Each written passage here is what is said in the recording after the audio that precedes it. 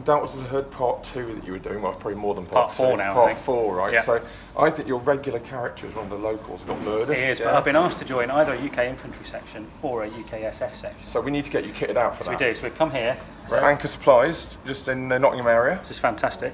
And you're just taking me through the differences between these two smocks. Yeah, so essentially this is what we used to call an SAS smock, and back when I was a soldier they were the Rolls-Royce of combat smocks. They were lightweight, they dried out quickly, bags of pockets, roomy, they had a lovely hood on them that no one actually ever used because it was considered a bit like, well, effeminate. But so this is the new one, right? So this would do you all right, I reckon, Tom. Yep. But it's not quite right for you doing 90s, no, because you've got these... We've got rank slide as well. Rank slide, well, the windproof had rank slides, but the Canadian buttons are on. Canadian buttons are on. These weren't on them, and yeah, you could probably convert it, but let's see if we can find something better. Well, luckily, we came across this, didn't we? Which was absolutely bang on. And to use the vernacular of the day, we'd say this is alley. This has obviously been around the block a bit. It's got a nice bit of fade in. It's got sniper tape on the buttons. It is. That stops your buttons reflecting. Oh, is that what this was? That's And we why also it's noticed done, yeah? it's got a grenade pull on the zip, and you were saying that's so you can move Got your cold zip hands. You've got gloves on. You can still use your zips. So I reckon. Now these used to go for like £100 or more back in the 90s, 80s. This is a staggering 15 quid.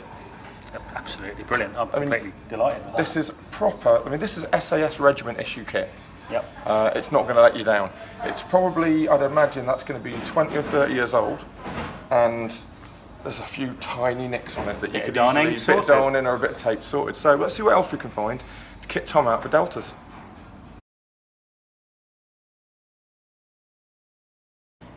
Gareth, I just found this and it looks dead warry. That's properly been around the block, hasn't it? I mean, let's have a look. We're looking at a set of 90s PLCE, but it's been properly tailored by the guy using it to his own requirements. Yeah, so he's got, like, the right hand side, he's got the ammo pouches off and another utility pouch for bombs and stuff. Everything's taped down so it's not going to move. There's a tab belt on there to take a lot of the pressure on his spine of all the content. Everything's stitched together and bungeed. It's even got a sandbag still taped to the top, loosely bungeed to the top of it. Yeah. I said we were looking for gems, Tom. I think we've just found, like, you know... This is amazing, isn't it? That's proper military surplus. Someone spent a lot of time getting this gear. And is this to hang his helmet off? Yeah, I'd have thought so. Yeah, it's just it's an Enfield clip. It's an Enfield clip. Yeah. Oh, okay. So he's taking that off something, a sling or something. Because if you put it on the front, it tends to bang around loads, because I've done that before on the front and it's not as good. But yeah, I mean... I actually need an OD set for a future Warriors article. I'm thinking about getting this anyway. But I think that's military history at the end of the day. 45 quid for that. Complete, that's your webbing totally sorted, and you're not going to get any more authentic or realistic. You could even go hiking on that, to be honest, because I mean, I think you're missing your ammo pouches off the front. Oh, you can bang those on. But you bang them on, or you might even wear a chest rig with it if you wanted to. Yeah, but that's your living equipment. You know, you can live out of that for days. So I'm here with Airsoft Action TV at Anchor Surplus. As you can see, there's a staggering array of hats and headwear. Everything from sort of camping soft caps and wool hats through to actual army surplus. Issue boonies with neck flaps still on them, sometimes that's quite often missing. Loads of helmet covers here. Some got scrim attached. So you see Airsoft was going, how can I get scrim on my helmet cover? You don't need to, just come in and get one already scrimmed. You want an old school Desi look? United Nations? US Marines? Loads of stuff really. And then, if you suffer like from mosquitoes like I do, you can even get yourself a mosquito helmet sort of thing. So, tons and tons of options. So we're going to keep looking around the store and we're going to try and find some more interesting things.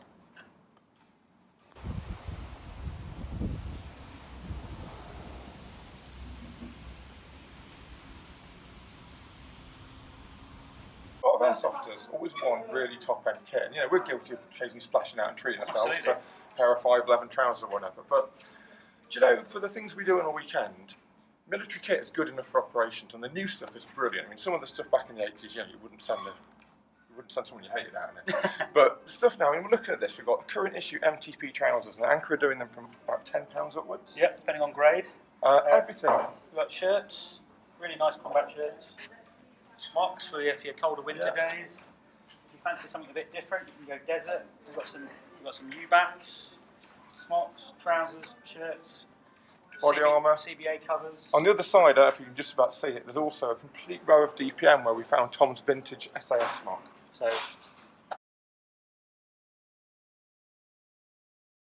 So amazing value for money, really, and also They're more retro guys. Yeah, there's fleeces, softy jackets. There's, even if you don't want army surplus, you want new stuff. They've got stuff like the combat range of clothing, so they've got a really nice soft skin there. If you just pan around, you can see that there's an array of combat trousers and everything from completely new MTP to urban camo schemes and DPM that are behind that row of green and brown and dark blue trousers. And one thing I really like about this place, and I hope you can just camera in on it, if you look over there, it's not for sale, but Anchor have almost like a museum's worth of really, really interesting stuff. Everything from sort of like, you know, mess dress to World War II uniforms to old missiles, flags ever. It's really an incredible place just to come and visit, even if, you know, you're not really into that much about army kit. It's just interesting. So Tom, this brings back memories. Flak on, eh? Indeed. In fact, I'm still playing in it 20 years later with the LFO team. But yeah, this is a absolutely cracking, beautiful, soft Gore-Tex jacket. Good condition, good size. For 39 quid, which is amazing. Commercially, that would be £100 plus. And then you've even got the old Parkers. We used to wear these, and these are what, 15 quid? Mainly see students in these days. Yeah. It hasn't got the liner, but again, Anchor Supplies is one of those great places, like those Aladdin's caves where you find things that you wouldn't normally see, stuff that hasn't been made for years, and proper army surplus. So we're going to keep trekking around and see if we can find anything, any little gems while we're here. Indeed.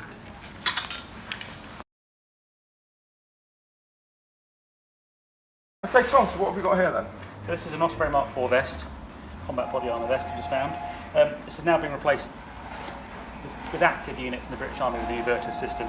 So this stuff is all over the surplus market. Now, I thought they were about 60 quid, mate, when I see them. This is 20 quid at the moment. 20 quid? This is 20 That's quid. crazy. Now these things are completely bomb-proof, built to military standards, and will do absolutely fine for a day skirmishing with a few patches on. Get some Afghan sand on it if you look inside there. It's genuine, authentic war sand. So, I mean, if you're looking to kit yourself out... You can attach anything to that, isn't it? It's completely covered with PALS loops. Mole pals. Yeah. Absolutely fantastic for very little money, and built extremely well. Okay, so we've looked at a lot of stuff at Anchor Supplies from a airsofter's perspective or maybe a reenactor's perspective.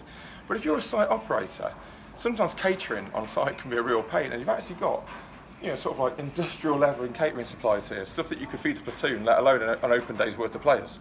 So you've got gas boilers, you've got everything for doing big stews and cutlery, and it's all at ridiculously not bottom prices. I sound like I'm doing an advert for them, I'm not, I'm just amazed at how cheap stuff is.